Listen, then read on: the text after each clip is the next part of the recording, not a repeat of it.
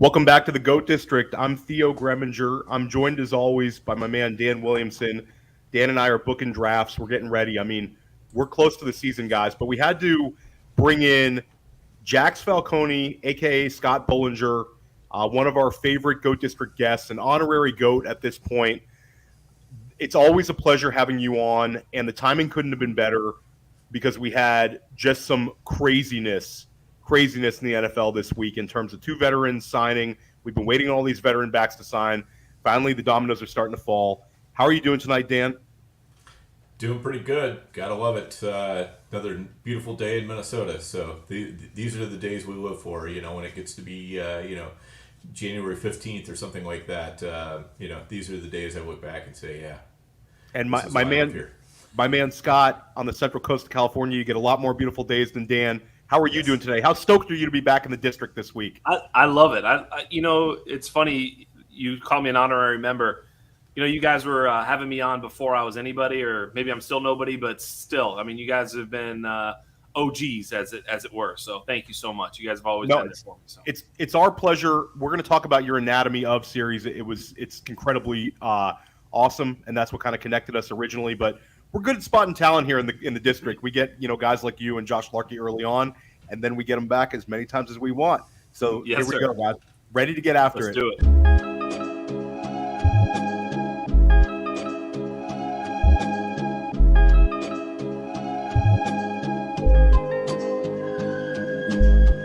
GOAT District, the Pope listens. Dynasty, our religion, for the blokes missing. On all of these trades, on all of these plays, on all of these grades. By the end of the day, y'all getting played. So, what you gonna do next? Try to fill up that flex? Send the homie a text? That trash offers the best? You try to make it complex, then they text you back. Now all of a sudden, they don't make any sense.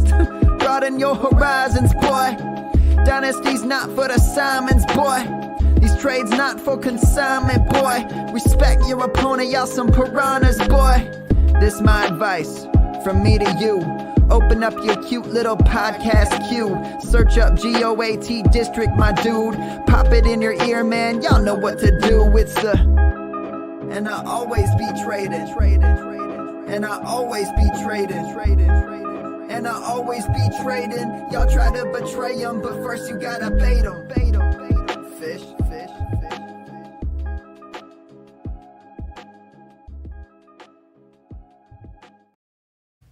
So welcome back to the GOAT District.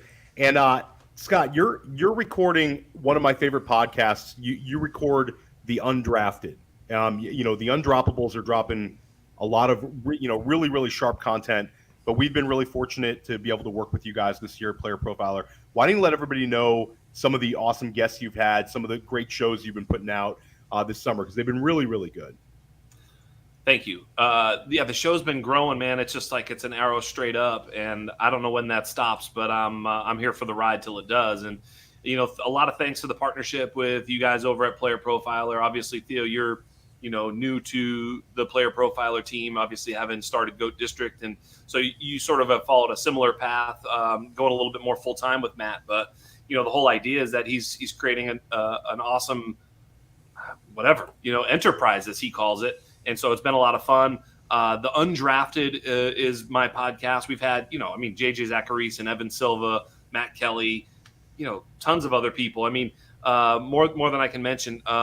Scott Barrett was on there recently, with some great takes about players. Pat Kerrane was on early in the offseason, and he said that he said that the Jets did not view Breece Hall as a bell cow back.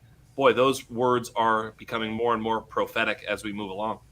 Yeah, absolutely. And one question Dan's been asked, and I've been asking pretty much everybody on any show I'm hosting, is like you put a lot of thought into the players you back, kind of the my guys, whether it's Dynasty, whether it's Redraft, and you take some bold stands. But what is the one player in all of football, if you could know their final regular season stats, who would it be? Like maybe a guy with a big range of outcomes, maybe a guy that unlocks teammates.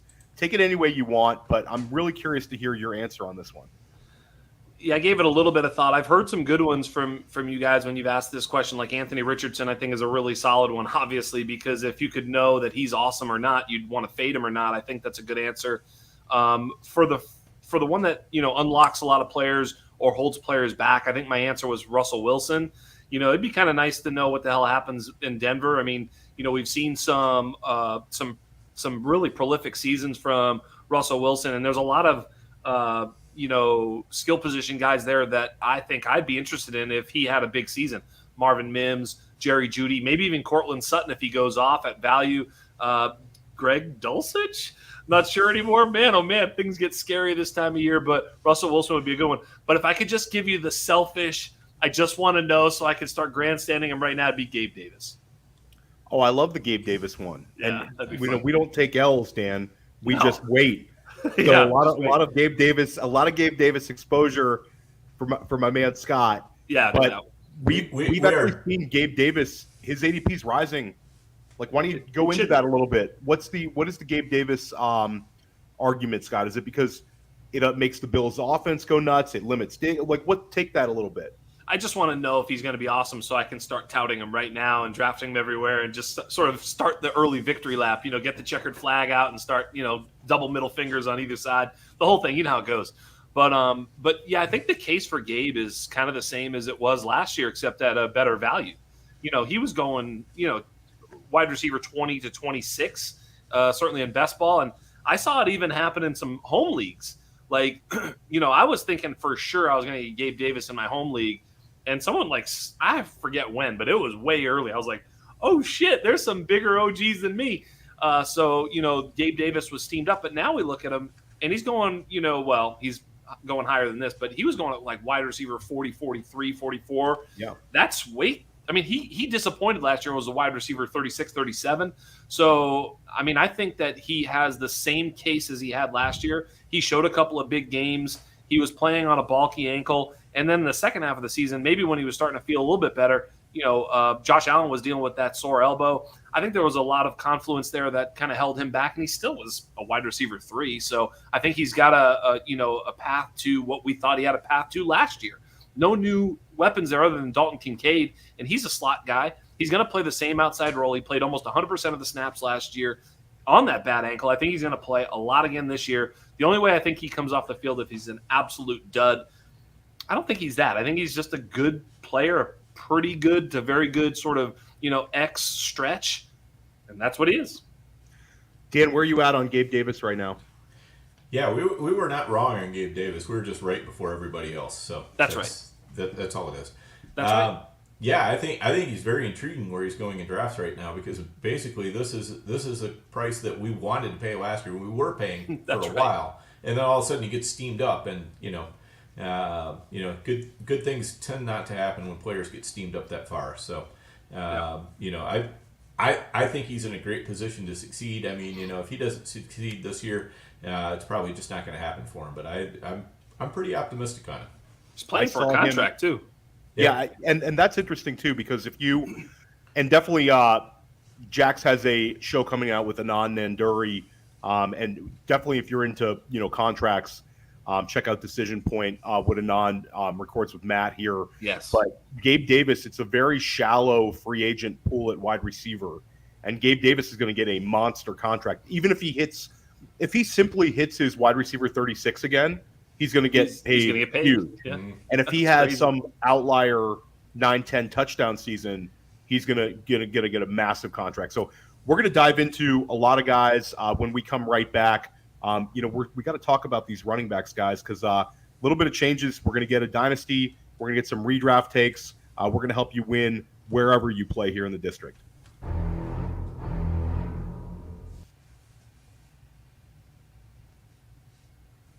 Hey, people always ask me, what's the World Series of Fantasy? What's the Super Bowl of Fantasy? And it's easy. It's the FFPC. Their Signature Players Championship has a $6 million prize pool, and their best ball leagues start in February. and they're the answer to so many questions. Hey, what's the best place to get a Dynasty Orphan? Well, you can adopt a Dynasty Orphan at the FFPC right now. There's more orphans at the FFPC than anywhere else on the internet. That's why we partner with them. So if you want to play fantasy football for low, medium, high stakes, you love Dynasty, you love best ball, you love seasonal leagues, all types of fantasy footballers need to go to the FFPC. And remember, use promo code Underworld. Promo code Underworld gets you $25 off your first team. Promo code Underworld, $25 off your first team, no matter what the format is, at the FFPC. Go get it.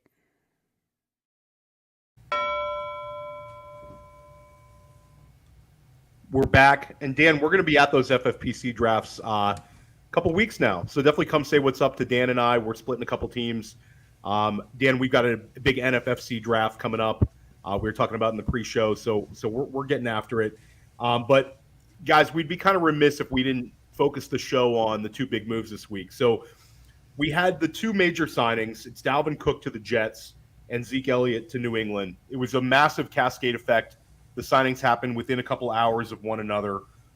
Before we get to how we treat the Jets and how we treat the New England Patriots, what a day for Tony Pollard, because this has been in the back of everybody's minds is Zeke could re-sign with Dallas. Rico Dowdle, Malik Davis, and Deuce Vaughn are the running backs behind him right now. Dan, how should we be treating Tony Pollard in redraft? He's already been steamed up. Is there a case to take him even earlier, make him an anchor RB in like the first round? Where are you comfortable selecting Tony Pollard right now? Yeah, I'm not ready to slide him up to the first round just yet, because I think if the Cowboys are smart, they're going to continue to limit his workload somewhat, and use some of those other guys to, just try to help keep him fresh and use him a little bit more in the high leverage situations. That's good things for fantasy points because it allows him to be, like his most efficient self, and that's what we want to see. We don't want to see him, getting 20 carries a game or something like that. That would be horrible for a guy like Tony Pollard. So I'm pretty optimistic. It's just, that, he could end up being something like a poor man's Austin Eckler or something like that. But even a poor man's Austin Eckler, I'm going to probably keep in the early second rather than in the late first. Yeah, it's interesting. You bring up the Austin Eckler thing, and Pollard's never seen more than 55 targets. Like if you kind of it's like a Mandela effect. If you ask somebody what's Tony Pollard's most receptions he's had in a season, you'd probably be like 50. It's 39. So this year with him on the field a lot, I think, that the receiving upside is certainly there. Scott, where do you value Pollard among running backs right now in redraft? Like is he a top 5 back for you? Like where is he at? Yeah, so I talked about this a little bit. I think there's the Christian McCaffrey tier, and then there's a tier 2. And for me, that tier 2 includes Austin Eckler, Nick Chubb, Saquon Barkley, Tony Pollard, and Bijan Robinson. I think he may be number 2 in that group, I think. I mean, he's poised to have a pretty big season. I took him at the 1-2 turn in best ball today. I took CeeDee Lamb and Tony Pollard. You know what I mean? Yeah, I love that. Yeah, it's just fun. Amon-Ra got sniped right, but I was going to take Amon-Ra and CD, but what are you going to do? But I love Tony Pollard right around there. So right around, like I said, anywhere in that second tier, and obviously if you can see him slide to you in the late second, even better. But I think those 5 backs are kind of in a tier for me. Obviously Eckler has proven it. You mentioned the carries. I'm okay. I mean, he had 193 carries last year with Zeke on the team. I think he's a lock for 200, obviously barring any health issues. So if he sees north of 200 carries, and again, I think the 55 targets is also kind of a lock, given that he was splitting time with a veteran like Zeke. Now, obviously, there's nobody there. Look, Deuce Vaughn could actually steal some targets in that path. Right? I'm serious, man. I mean, I was the one poo-pooing Deuce Vaughn the whole time. I mean, I'm the biggest Deuce Vaughn fader. I had John Lobb on the show, and we lobbed grenades at Deuce Vaughn. It was pretty bad. But, I also kept doing the thing where I would say, tell me who this prospect is. And I would give him all of Deuce Vaughn's, peripherals except for his size. And someone was like, dude, that's a 1.01 in Dynasty type of thing. And then you say it's Deuce Vaughn and he's 5'5", 170. You're like, forget it. So outside of his size, he was really a perfect prospect in almost every single way.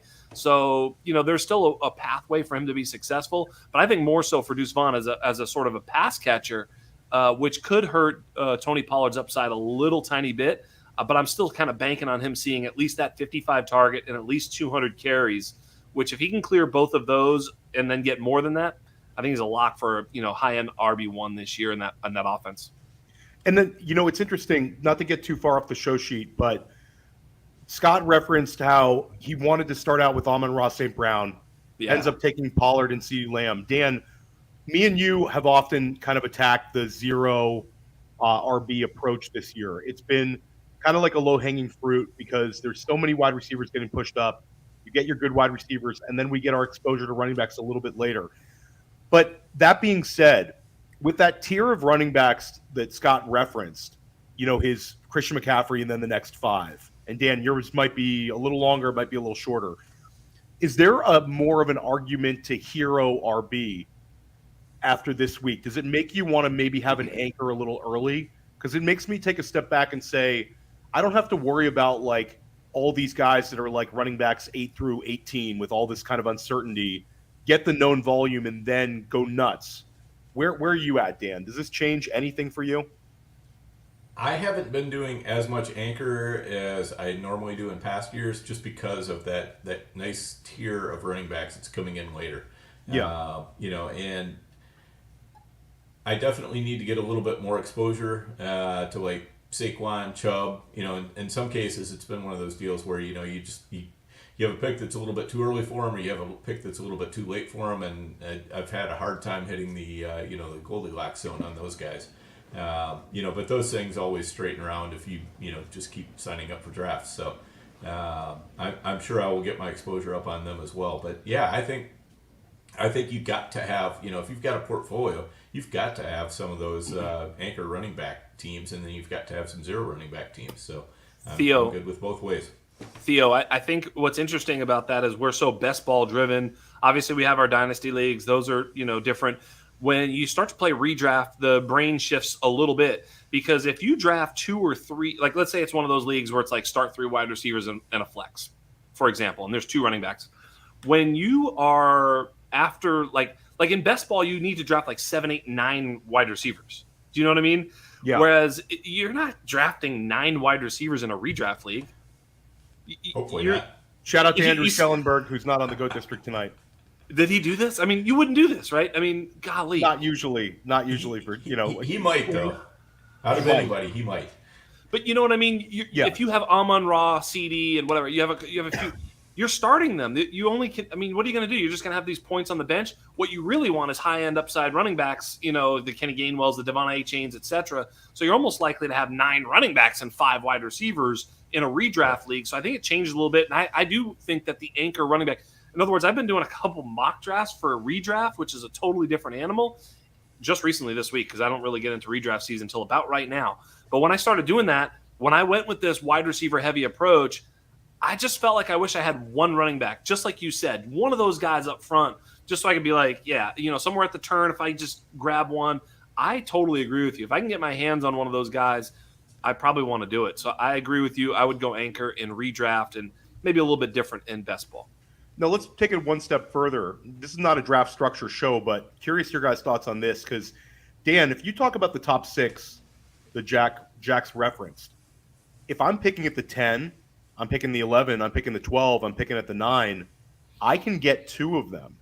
I could start out with a double RB start, and I could end up with potentially 2 of the guys with the most predictable volume and guys that if the 3 of us bet on who would finish as RB1 overall, one of those 6 is probably it. Yeah. So, Dan, would you ever consider going RB based on the scarcity of the known commodities at running back?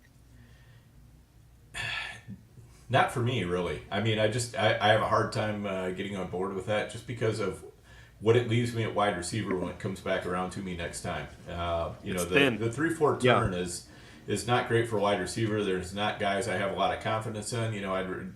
the guys at the 5-6 turn, I've got as much confidence in them as the guys at the 3-4. And then you're looking at a bunch of other good running backs at the 5-6 turn as well. So for me, it kind of comes down to, if you work your way backwards through the draft, it really forces me to do nothing more than an anchor. Definitely not a double RB build. Yeah, I'm with you, Dan. I have a Bijan Pollard team, and it feels awesome for about an hour, and then you're playing catch up. And I think it also, like Dan said, just based on how the structure is this year, if I go RB, then it almost forces me to go wide receiver to play catch up, and then you're diving into players who potentially could be failing. I'm trying to catch up at wide receiver, and then I'm also playing catch up this year at quarterback, and not getting exposure to the top tight end. So it's kind of like a double-edged sword. What about you, Scott? Yeah, I kind of agree with that. Maybe that wide receiver, that wide receiver tier is probably a little bit deeper. Maybe you could say that, there's one or two tiers that get you all the way out to Devontae Smith, DK Metcalf, T. Higgins, maybe. And I mean, what's interesting is it's kind of like, I wonder, there's that, for me anyway, Keenan Allen, Godwin, Cooper, Ridley, Ayuk, McLaurin, Debo. There's just so many guys there, but I don't feel great about any of them. I feel great about them as players, but there's certain things about their situation, their injury history, their age, their offense. There's something in there for each of them where you go, yeah, but you know what I mean? So it's interesting in that area that they're there for a reason, right? They do have some upside, but yeah, it gets very interesting. So I think I would probably want to lock in a wide receiver and a running back, if anything, if not two wide receivers. I think constructively that sounds a little bit more tenable than two running backs. And then looking at Keenan Allen as your wide receiver one, going, geez Louise, how's this going to work out? Yeah, it's like it's tough. It's like bringing a knife to a gunfight when somebody starts out with Tyreek Hill and then you're starting out with DK Metcalf. So, yeah. Guys, want to pivot over here. So let's start out in New England. Okay, Scott, this is your team, the New England Patriots. Yeah. You got some compliments for your Boston hat. Got the 617. So this was the first domino to fall. First, we get the Zeke in a barber chair, looking incredibly dapper. Zeke's, kind of let it go before, but I appreciate a nice fade. He had a wonderful fade, so you knew something was happening. Yeah. He's been connected to New England, and then all of a sudden we get him signing with New England. Yeah. So you had a nice tweet on this. You think that this is an indictment on Harris, on Pierre Strong. Talk about the stat you referenced in terms of the carries that you think Zeke's going to inherit. I think I have it on the top of my head. I have it close enough. 140-ish, right? Yeah, it was. Rhamondre had 210. I think it might have been 212 but 210 carries, and the rest of the running backs in New England had 146 carries last year. And I said Zeke is coming for those 146. More so than he's coming for the 210 of Rhamondre. It's not like they're gonna dial Rhamondre back. Now, Rhamondre had a couple of games once Damian Harris was hurt, and I understand that criticism of that tweet. It makes sense. I get it. I'll understand that clearly. But the other part of this that doesn't come through in the tweet that can come through in long form, as we're doing here, is that if Pierre Strong is the running back too, what's he more likely to do? He's more likely to come in when? In passing situations, taking away targets from Rhamondre. Zeke is more likely to vulture goal line and short yardage. Short yardage is actually the least valuable. I mean, 3rd and 1 on the 50. Let him have it. Who gives a shit? I mean, and except in my leagues, I play point per first down, as you know, Theo. But yes, most do. leagues Dan and don't. I both know. Dan and I are in there. Yes. Most leagues don't, and so therefore it's a mostly meaningless, carry for most leagues, except for my smart leagues that we play in. But I think that means that the Rhamondre target share is a little safer today than it was before because Zeke isn't coming in there to catch passes. So Dan, you've been someone who's been, I wouldn't call you a Rhamondre hater, but you've certainly been a Rhamondre fader at ADP, Dan. When Rhamondre starts showing up in the 4th round, are you considering him there? I know you were out in the 3rd, but based on the way you draft, where a lot of times you're starting out with maybe a couple wide receivers, maybe 2 wide receivers and a tight end, 2 wide receivers and a quarterback, does he become someone that you look at as, hey, I'm okay going into the season with Rhamondre as like my RB1? Yeah, I think so, especially if you're drafting in the back half of the, back around the, 9, 10, 11, 12 range. I think that makes a lot of sense because right now there's not a whole lot there for those guys, drafting there in the third round. It's like, they're after about 307, 306, if everybody's doing their job right and you're in the front part of the draft, there's a big step down, and having Rhamondre push down into that area gives you some options because otherwise, basically I end up taking a quarterback a lot of times there just because I'm looking and I'm going, I just don't see anybody I really feel good about it, running back and wide receiver. So I might as well just go ahead and take one of these elite quarterbacks, give me the Justin Herbert, give me the Joe Burrow, give me the, Lamar Jackson, somebody like that in there, and then I'll take only one of the guys that I don't feel great about when I'm on my 3-4 turn. So having Rhamondre there is definitely going to help out, and I will feel very good about getting my exposure up on Rhamondre because it's low right now. When he was at FFPC, he was living at the basically at the 2-3 turn, and pushing him back to the back end is going to help a ton. I will definitely take some. So, Scott, where are you at on? Like last year, you bring up the receptions for Rhamondre. I think he's one of the few backs that, if everything works out for him, he could lead his team in targets. It's true. There's not a lot at the wide receiver position unless we're betting on a Juju resurgence. Mike Gesicki and Hunter Henry, it's really hard to see them, beating out Stevenson for targets. Last year he had, I believe he caught 69 passes, something along there. Nice. Do you think that he's safe for 60 passes, 60 catches this year? Do you think that like he's a guy that we look at and we say the receiving work is super safe? I think he's safe for 60 targets. I don't know about 60 catches. That's a lot. Because that would be 80 targets or something. I think he's safe for 60 targets. Obviously coaching change.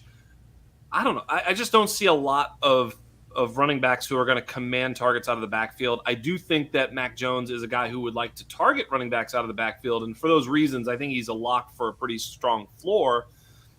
I have no idea what the ceiling is. I mean, I think we saw the ceiling last year. I don't think you're going to see much more than that. I mean, you can't expect that. But I think the receiving work is there. Look, he wasn't very effective at the goal line, especially compared to Zeke at the goal line. Zeke was very effective at the goal line. So you're looking at a player that should cede goal line work to Zeke unless Zeke falls off. And what are the odds that Zeke, is perfectly healthy all year? I don't know, man. Certainly less likely than Rhamondre staying healthy. Rhamondre, I think, was an underrated prospect the whole time. Shout out my podcast, but I often have Felix Sharp on. Felix was telling me from the very beginning that Rhamondre was a real deal back. He was right. He is a real deal back. He's proven that in the NFL. I think probably Bill knows that. They let Damian Harris walk, and they really didn't do anything to the position until, all right, fine, we'll take Zeke for 1 year, $5 million because we have cap space. It's not like they were eager to add a back. They didn't pay up for Dalvin. They could have had Dalvin for $3 more million or $4 million, I guess, or whatever it would have taken to beat the 8.6 offer. So, for all those reasons, I think they still view Rhamondre as the lead back, and I'm not too worried about it. I would definitely be smashing him in the fourth, anywhere in the fourth. I would ask you then, Dan, would you prefer Najee Harris or Rhamondre this year, 2023 only? I love that. I was actually going to ask that to you guys, but that's a great question, Dan. Yeah. So Rhamondre is the short and simple answer to that. Is where I'm at now. Before it was the opposite, but and to your point, Scott, on why they didn't take Dalvin. I think if they'd have taken Dalvin, that would have said, hey, we don't have the confidence in Rhamondre. Totally. Because Dalvin wants to be, that primary lead back. Yes. He wants at least a 50-50 timeshare. And Zeke was willing to, say, hey, I'm going to come in, I'll do what you need me to do. So I think that says a lot right there that they didn't, they had the cap space, they could have gone after Dalvin, and they just didn't. So let's pivot over to a dynasty lens. Rhamondre was, and I'll say that the dynasty community gets better and better every offseason. I think we have more and more information. There's more shows like The Undrafted and the GOAT District and Sonic Truth that people are listening to that are giving him like good, solid advice, because Rhamondre Stevenson was in his second year last year. He finished as the only rookie or second-year player inside the RB1 line. Previous years, I think you would have gotten a lot of dynasty love for him, but there was always a little bit of apprehension because he's slightly older. He'll be entering his third season in the league, but he's 25. Now there's the Zeke Elliott signing. Where do we view him from a dynasty lens? Is this the kind of guy that you think is, going to keep like longevity in New England? How safe do you feel about him? And I'll preface this that Bill Belichick used the words Lawrence Taylor and Tom Brady on a quote about Rhamondre last year about how his improvement. It was a wild quote, but there is a little bit of love from Belichick. That seems like it's one of his guys. But how safe should you view him from a dynasty lens? Is this the kind of guy you want to be taking in your startups, making trade offers for? Scott, where are you at? We had you and I did my show, and we talked about running backs. That's what we talked about. And we talked about not just individual running back players. We talked about archetypes, and we also talked about strategy. And we basically said just be always selling running backs. So essentially, I'm never buying a running back unless I'm kind of selling one at the same time, I guess. I mean, I'd buy low, but and that's probably it. If someone is afraid that Rhamondre is nothing, if you can buy Rhamondre low right now, 100% I am. I kind of put him in the Josh Jacobs, Najee Harris bucket. I think they're all about 25 years old. They are all, I think I still prefer. I took Najee Harris over Rhamondre in the big game that we did, the Dynasty League I started. And I kind of regretted that. I wanted Rhamondre. So I think that's about where I have him, because when I saw Rhamondre go, I was like, maybe I should have taken Rhamondre. And then, of course, Dalvin was going to play. So I think he's there. But, at the end of the day, these running backs are here today, gone tomorrow. So anytime you can trade a running back for equal value at another position, especially quarterback or wide receiver, you got to do it. So Dan, you take this one. Let's say it's FFPC Dynasty. A lot of people listening to Goat District play FFPC Dynasty. What would be the sort of offer you'd make to try to get a Rhamondre this week? That's a great question. I think I feel like there's some people that would take you get a 2024 first for Rhamondre and a 2024 third. That deal is going to be on the table in a lot of leagues right now. Is that something you'd be comfortable doing if you were a contender, or would that you pause doing that? I mean, if I'm a contender, yeah, I'm going to do that, because I want to know, though, or at least strongly believe that if I'm going to spend that first on Rhamondre, that's going to help me make that a low first. So I'm not going to miss it so much. Yeah. And I will point out to Scott that we do have Rhamondre in our league. So yeah, we can work out a deal here if you're looking to. No, I think no, I don't think you do. No, Dan, we have him in this is called you're in too many dynasty leagues, Dan. Yep, they're too all many together. Because Rhinos have him in the. You and I have him on that Dan Williamson Invitational with all those FFPC grinders. Do you know, Dan, after the draft, I offered Rhino. Rhino has him. I offered him Najee for Rhamondre straight up, just to fuck with his brain, because they went near each other, and I gave him the option to switch it out. And if he said no, now I'm cheering fucking Najee. I hope he kills him, That's, shout out to Rhino, good sport in the Player Profiler Network. If you know. Dynasty-wise for running backs, I mean, basically they're almost without exception, they're to me a this year asset. Whatever I need for my running backs this year, that's what I'm worried about. If I feel like I've got a championship team, then yeah, I might be buying running backs. If I feel like if I don't have them on my team already, if I don't feel like I'm much of a competitor, or I'm not sure, and somebody gives me a good offer for a running back, I'm probably going to sell them. Yep, it's as simple as that in Dynasty. It really is, and it's kind of crazy because. We're all old enough. I can see some gray hairs over there. I don't want to even take my hat off, but we've got the memories of LaDainian Tomlinson, Adrian Peterson, these backs that would last 10 years in the league.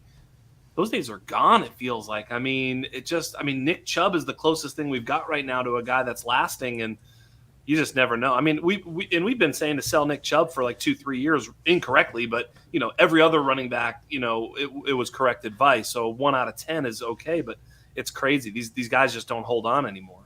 I bought some Chubb like last year, and I'm feeling really good about those. Oh, You got yeah. them for- I for missed free a cheap. couple of opportunities I wish I would have. So here you go, Dan. I was offered I can get a Rhamondre Stevenson with Jahan Dotson and something on top for a Saquon.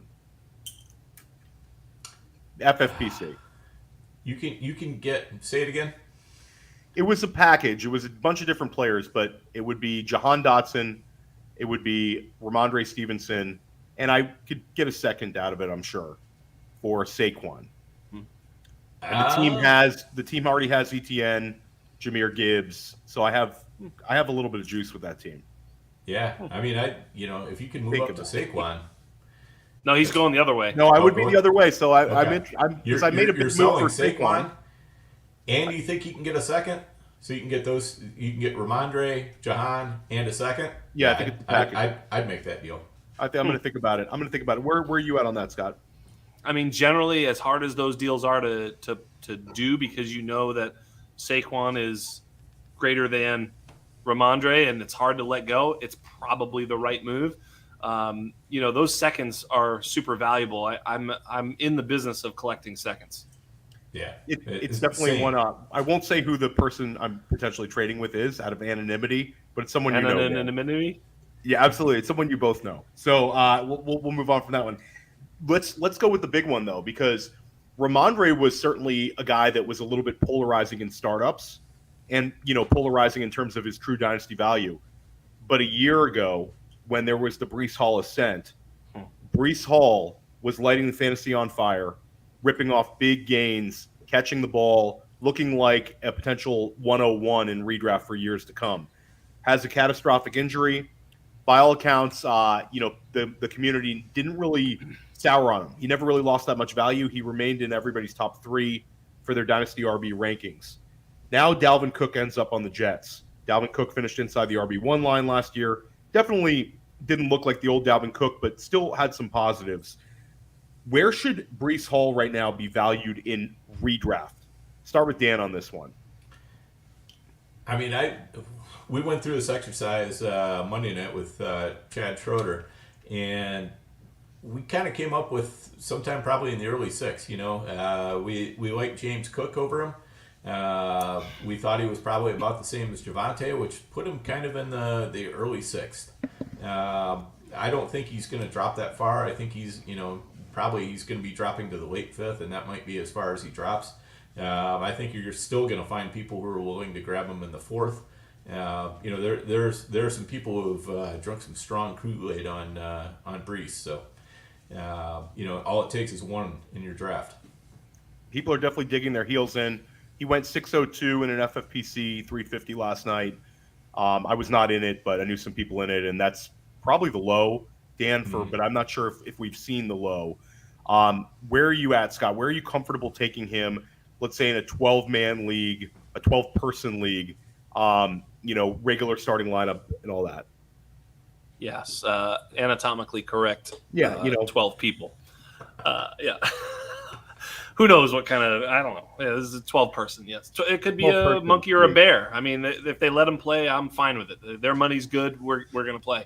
Yes. I love that 602 in the 350. That was a good, because when the money's on the line, man, I agree. I think he's fit. Like, he's basically a full fade for me. I can't imagine I'm going to have him anywhere in a league that's drafted from here till the season starts. I couldn't imagine it because I like you say, someone's going to see him bigger than he is, and I just hate it. I was a little apprehensive with him just off the injury, but the Dalvin thing is, to me, it's an absolute crush for this year. and it leads to the second thing. So in Dynasty, I think if you ask me that question, that's an easier question almost to answer because he's such a full fade in redraft that I think if you can sell him for anywhere close to top 6, top 7 Dynasty running back value, you should do it immediately. I don't care if you're a rebuilder or not. I am out. If someone's going to pay you basically top 10 even, but top 5, top 10 Dynasty running back value, I'm out. And then if you can buy him, for outside the top 20 value, I think maybe that's where you can buy him if someone is slipping, because I do think he'll come back next year, but this is basically a lost year. And I'm only really buying him if I'm a rebuild, because I don't think there's very much look, Dalvin can get hurt, he could come back, but I don't think there's very much value on the surface of things for Breece Hall in 23. So I mean, we'll say that the dreamer is D'Angelo Williams with Lev Bell, Dan. But those things do not only happen once in a lifetime. Is it that true? I got a question for you guys. I mean, how weird is it that Dalvin Cook gets signed, and then the next day Breece Hall gets removed off the pup, and then they're talking about Dalvin may not be ready until the start of the regular season. That to me, that's kind of the key point. Where Dalvin got his money. He's going on a quick vacation. I'll see you in a few weeks, bro.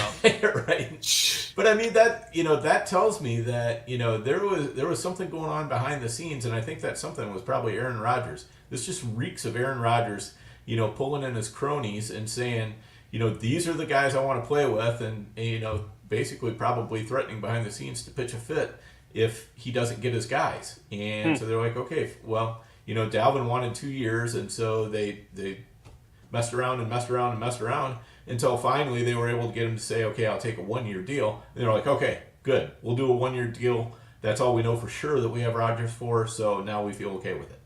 Thoughts on that? Yeah, I think that's about right. I don't mean to cut you off, Theo, but no, it's you guys are. It's right. It's correct. Dan's usually correct on these sort of things. It's like the circus. Yeah. You get Randall Cobb and Alan Lazard and now Dalvin Cook. It's the Rodgers show.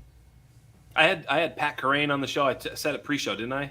Yeah. And he said that the Jets didn't view Breece as a bell cow, and I was like, I just pushed back. I didn't believe it. I don't know. Maybe they do or don't. Maybe you're right. Maybe it's more Rodgers. But either way, they did make this move, and it is super, super scary. But I do believe in Breece's talent and that he'll eventually sort of get healthy and be good at football again. But I'm just not so sure he's going to have a pathway to 75% of the touches in that backfield in any single game for the rest of the year, unless Dalvin gets hurt. Let's pivot to Dalvin Cook in redraft, guys, because Dalvin Cook, he's not being signed to be a breather back. Like, in my opinion, the amount of money they gave him, he's got a clear role in the team. Right now, he's going off the board right around, let's call it RB31. Dan, sound about right?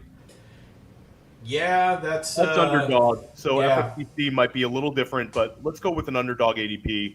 Running back 31. Okay, so let's say he's a locked-in RB3, guys. If any format you play is a locked-in RB3 right now, high stakes, home leagues, whatever. He's going to go inside the top 36. Probably not going to go inside the top 24 unless we hear some horrible news about Breece Hall the next few weeks. How should we be valuing him? Let's go OTC. Scott, Dalvin Cook or Antonio Gibson? Dalvin Cook. Okay, Dalvin Cook or A.J. Dillon? Dalvin Cook. I have Dalvin Cook right ahead of Alexander Mattison at running back 27. Okay, so you're ahead on him. What about Dalvin or Isaiah Pacheco? There you go. They're back-to-back. I've got Pacheco, then Cook, then Mattison. They're right there. That's right. Okay. Dan, Alvin Kamara, who looked very good in the preseason game, or Dalvin Cook?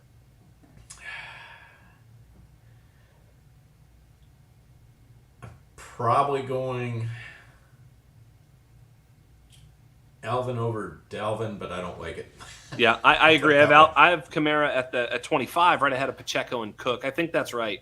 They're super close, and maybe it's preference, maybe it's team build at that point, maybe it's a lot of things, but I think maybe it's the guy that falls to you, right? A lot of times you look at those guys, you're not reaching for any of them, but one of them falls and you click the button type of thing.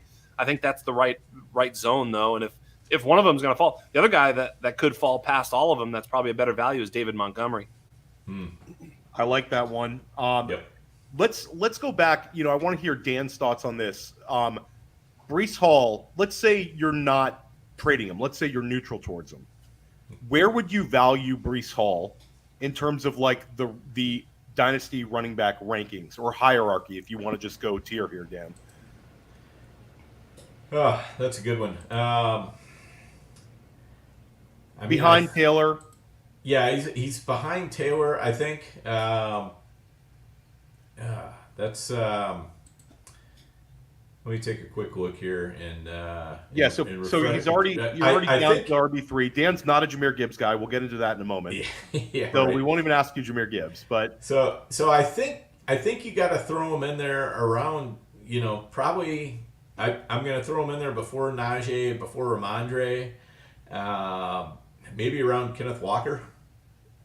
that's okay. I think you're about right with that. I think it's a very interesting notion though, because when we're talking about dynasty value, year 2 matters, especially when you played half the season, in year 1. It'd be one thing if Breece Hall had like a knock in week 17 and we had this full season of unbelievable scoring. I don't know. It stinks. It really stinks to have Breece Hall in dynasty right now. And I think the better question is when we start going down the line of wide receiver.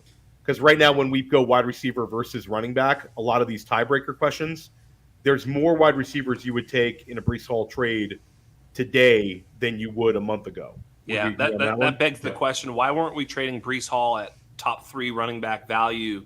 In this last month when we knew that they were interested in Dalvin. Look, if he doesn't go there, you still have the injury risk. If he does go there, you kind of got out well ahead of this terrible news.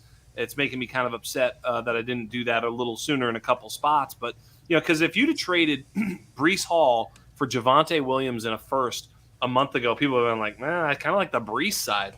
And now it's Javonte because Javonte is going to play on Saturday, they said. I don't know. I mean, that's been announced. That's wild, right? It's insane.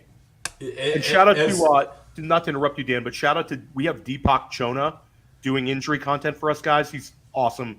Highly encourage you guys to get him on the GOAT District and the Undrafted. Like, he's really good. But he came on with Billy and I the other day, and he went on with Matt for a top 10 injury takeaways. Really good show. But he talked about how they're doing, like, collective surgery. So if you have multiple things with your knee, you used to do one thing, then do a separate surgery, then keep going. But now they're doing these massive surgeries, and it worked perfectly with Javonte. And he's like, these guys are healing quicker, and our priors on knee injuries need to kind of be checked because in a couple of years it's going to get even better. I asked Anand Nduri, I said, are injuries now like the salary cap? They're not real? Yeah, I love that. I don't know. I mean, a couple thoughts on that. First, shout out to JD, who's not with us today because he's sunning himself on the beaches of Portugal for 2 weeks. I was going to say he's living his best life. Poor JD. No doubt about it. We are all insanely jealous of him. But one of JD's big maxims is you buy the rumor, you sell the news. And that's just kind of what you were talking about, Scott. With Breece, there was that big window there where we probably should have been selling Breece, or at least contenders should have been selling Breece for sure. And but now that the actual news has dropped, window's closed. Yep. So guys, let's pivot off. Breece Hall is not the only year 2 back. We have a bunch of year 2 backs now that have kind of a comfort zone where people are starting to get really excited about them. We love the draft class last year in the GOAT District, and a lot of these guys kind of flashed. But right now, which running back do you think has the best season? Rachaad White, James Cook, Dameon Pierce, or Ken Walker? Start with Dan. That's probably, I don't know.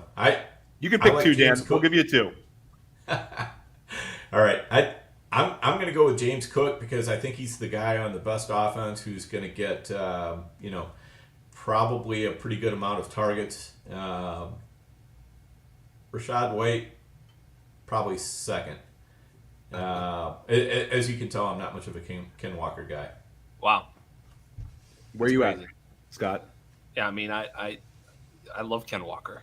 I don't know what there's not to like. I mean, what is there not to like? If you don't mind sharing. Well, I don't want to speak for Dan, but I think that there's a chance that he loses out on the receiving work to Charbonnet. Never had it. And the goal line work. He was not great around the goal line last year. He's a guy who rips off big plays, and he's a hell of a runner. But I think that there's more of a chance of a split. Dan, why don't you answer for yourself here? But that's kind of like my fears.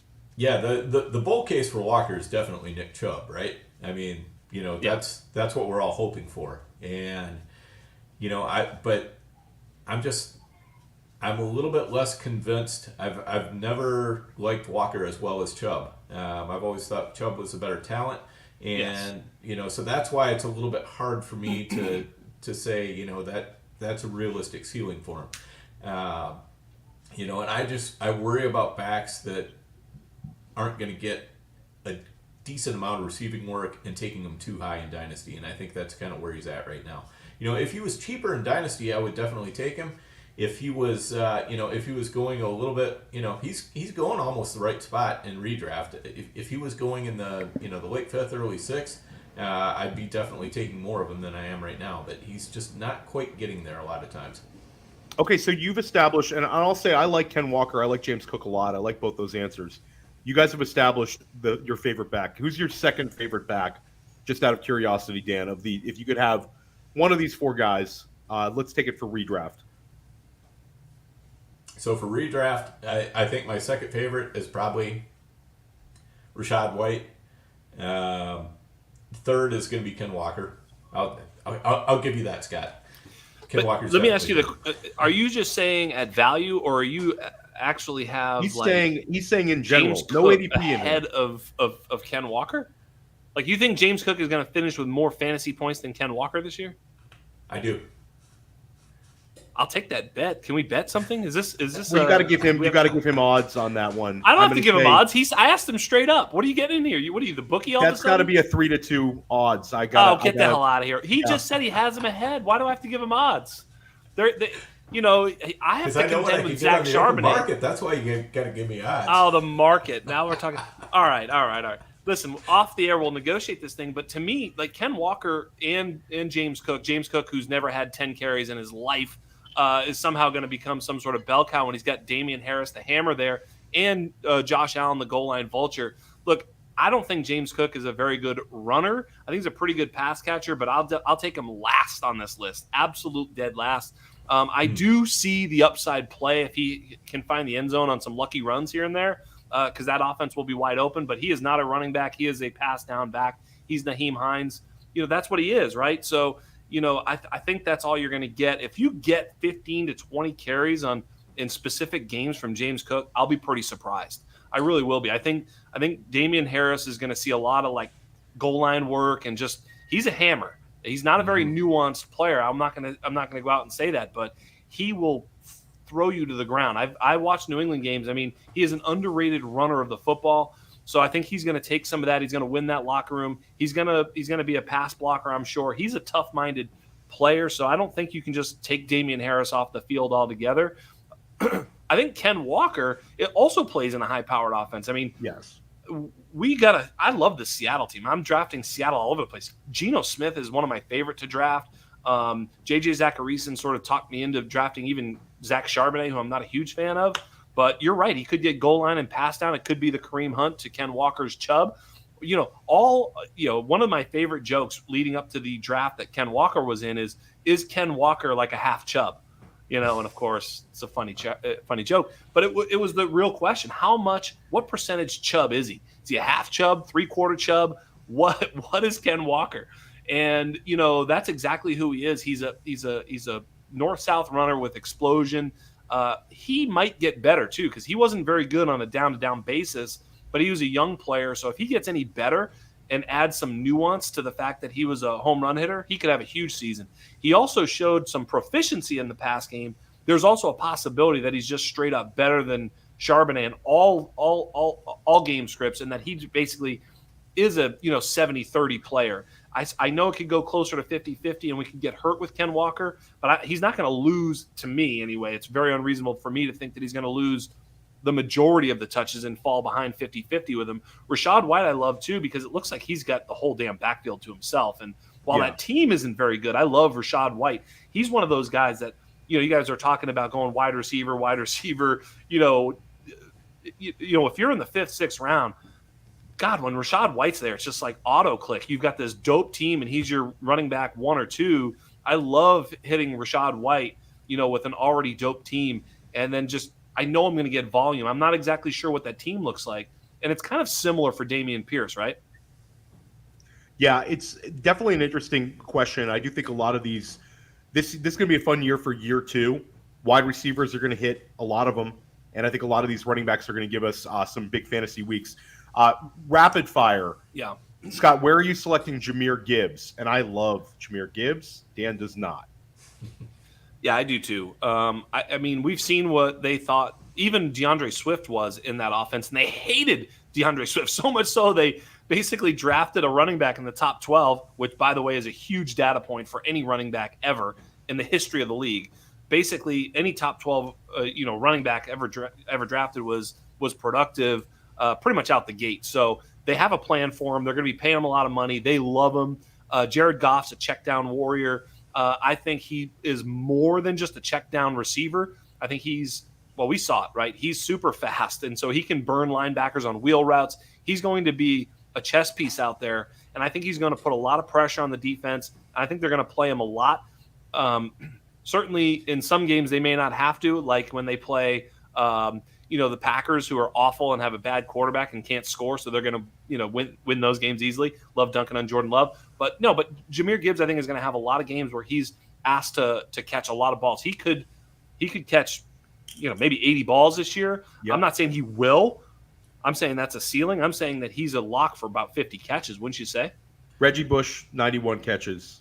Yeah, that's what we're going for here. Yeah, I mean that's not like a prediction. That's like oh my gosh, that's like it could happen. Yes, like it could happen. Yes. What's the huge difference between Jahmyr Gibbs and James Cook other than draft position? Well, I think that Jahmyr Gibbs set. Jahmyr Gibbs. Come on, skill set. He's faster. Neither one of them is very good at running between the tackles. He's faster. He's a more productive receiver. He led Alabama in catches last year. I mean, the guys, draft capital matters, Dan. All the top 12 drafted running backs have given you an RB1 season, and it's usually not in year 3, guys. It's usually right out the gate. Right. Well, but the other Cook thing is too also is playing on a high-powered offense, and he's also the best running back on his team. And I don't know if he can, Gibbs has got to contend with Montgomery. He's got to contend with Amon-Ra St. Brown. I mean, there's some headwinds there that people just don't acknowledge. How many times has Jared Goff checked down to his running back versus Josh Allen? I mean, it's a much more fruitful passing game for a running back in that offense. I would also say I'm going to look real quick, but let me check and see if ever Jahmyr Gibbs had more than 10 carries in a game. I think he might have once or twice. Oh yes, there it is. Many times in college he was given 15 carries or more in a game, whereas James Cook had 13 carries once in his college career. Guys, we're almost at the hour-long mark. To be continued. We're looking forward to having Jax back in the district.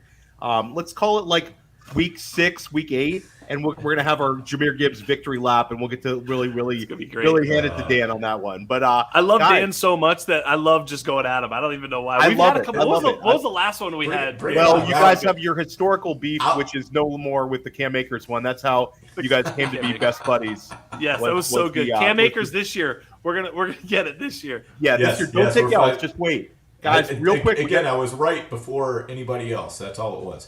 Guys, make sure you stay tuned. I see a lot of people watching right now. Make sure you stay tuned because there's a huge Dynasty Roundtable. Our boy Memphis Young is in the Dynasty Roundtable tonight. He's going to bring the heat. You know him from the Dynasty Warzone. Guys, let's go around the horn. Last year, Josh Jacobs. Or if you want to go a little softer, you could go Rhamondre Stevenson and Tony Pollard. We saw a bunch of big hits. Josh Jacobs finished running back 1, running back 2, depending on your scoring. You had Rhamondre Stevenson finish inside the RB1 line. Tony Pollard finished inside the RB1 line. Miles Sanders finished inside the RB1 line. All 4 of these guys were drafted somewhere at the very end of RB2, all the way down to the end of RB3. Who's going to be the back being drafted in this range that's going to help fantasy players win their league this year? Scott. Cam Akers. Love it. Love the Cam Akers answer. I mean, it might be, it might be Cam. I kind of said that halfway just to kind of get Dan a little riled up. I think Cam Akers is lined up for some serious, volume. That offense should be good for a little while. Aren't you guys nervous? Like whether it's Stafford, Kupp, Akers, all these guys, like that this team might just run out of like they'll be like 3-8 and they'll be like, fuck it. You know what I mean? Like where they just sort of, they're hurt, they're sitting, they're resting, they're not playing full speed. Like, I don't know. I just feel like that team might sort of quit on itself because they're just not going to be very good. On the flip side, their defense is so bad, they're going to have to score points, and it's just going to be Stafford to Cup ad nauseum for as long as they can stay healthy. And I think Akers is the only back that's going to be there to really just get it all. So there's a couple ways Akers goes, but one of them is this like ridiculous, comeback, always playing from behind, fast-paced offense that's garbage time heaven. Yeah, Akers was my answer when we had this conversation with Nelson Sousa, when Nice. Dan and I met with him, and Billy and I also met with Nelson, and there was Cam Akers. To me, there's so much to like about him. I'm starting to draft a little bit of Kyren Williams just because I'm really worried about what you said. But I think the other outcome is this is Cam Akers the year we've really been waiting on. I think he's got some unknown receiving upside because I think there's not enough weapons in LA not to pass him the ball a little bit more. And I think he's very good. And he came back from a catastrophic injury. He managed to not get cut, managed to not get traded. And this is the year where it all comes together. Love Rachaad White because of the receiving ability that you referenced as well. I think there's a chance Rachaad White could be a 70-catch guy. And if he's a 70-catch guy, then he's going to be an RB1, period, based on what he's going to with the running backs behind him. So Hopefully I'm not taking Dan's answer too, but there's one other sneaky one, and that's Travis Etienne, who plays in a very good offense, who everybody's thrown out with the bathwater here because Tank Bigsby's the next, Todd Gurley, apparently, is what I'm hearing. But right? But it could be that Tank Bigsby is just the next James Robinson who's going to spell Etienne. Etienne's going to get a lot of high leverage touches on a team that should score a ton of points, that needs to score a ton of points in that conference. So, Dan, take it away. Give us the Dan Williamson, our RB league winner. All right, I got two of them for you. One of them is a little bit contingent, though. What we need is Jaylen Warren to go wild in a preseason game. And if that happens, Najee Harris is probably going to drop down to the 6th round, a la Josh Jacobs. And I think that's going to be mostly noise rather than signal in the preseason there. And I think Najee Harris is the guy. So if he starts dropping down there, man, I am going to be loading up with both hands. But failing that, it kind of might be Javonte Williams. We left him for dead for most of draft season, and all of a sudden, he's like the Undertaker, man. He just rises up, and he's just like, you tried to bury me, not happening.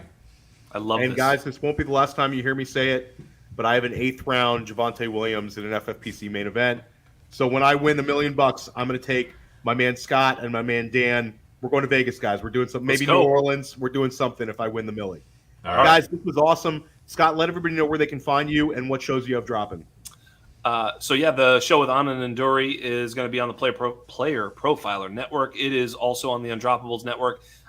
The Undrafted is the name of the show. You can find me on Twitter at Dino Game Theory, theundroppables.com, at the Undroppables. You know where to find me. Yeah, definitely highly recommend Jax, Chalk, Tommy, all the guys at the Undroppables are just dropping great stuff, and they're all very, very good follows as well on Twitter. Dan, let everybody know where they can find you. Yeah, so I'm at Overhyped Sleeper. Drop the final E from Sleeper. And make sure you go back if you haven't done it yet. We've got some great content in the Goat District over the past couple weeks. Last week on this very show, we had Billy Wazowski and we had Chris Vaccaro, two great high stakes players. Then on the regular Goat District channel, we had Nelson Sousa, who is just absolutely fantastic. If you don't know what his fade list is, you're probably not winning in fantasy football. And then we had Chad Schroeder as well. So we've gotten some high stakes, just absolute whales on. And they've been really letting us know, exactly how they're drafting. I mean, they're not pulling punches. They're not, saying, I don't want to talk about this or I don't want to talk about that. I mean, they've really been opening a vein. So those episodes are highly worth watching. We're going to have some draft episodes coming up where we do drafts and everything as well as some other great guests that we're negotiating with right now. So it's going to be a lot of fun finishing off the season. Yeah, you can look for the Goat District every Wednesday night, but I see a lot of people right now watching live. Open up your phone, go to Apple, go to Spotify, wherever you get your podcasts, and make sure you're subscribing to the undrafted, and make sure you're subscribing to the GOAT District. These two guys here are going to help you win all season long. We hope you crush your drafts. Tune in. Make sure you're tuning in next week. Make sure you're tuning in tomorrow. I'm going to be with Billy Muzio on First Class Fantasy, and we're going to have Fantasy Mojo Darren Armani, probably the best ADP coverage in all of fantasy football. And we're also going to have Chad Schroeder on, the best fantasy player that's ever played the game. So that'll be a really good one, 3:30 Eastern time. Everyone have a great night. Thanks again to Scott. Thanks again to Dan. And stay with the GOAT District all summer long. Hey, I want to take a moment to thank you for tuning in. It's important to me that all of our media be free. This is only possible because of you allowing a true independent sports media enterprise to thrive unlike any other in the business. So please subscribe to the All In Package to continue to make all of this possible, to ensure that all of our stats, information, data, content is available to you, especially you, the people that get the site and get the show.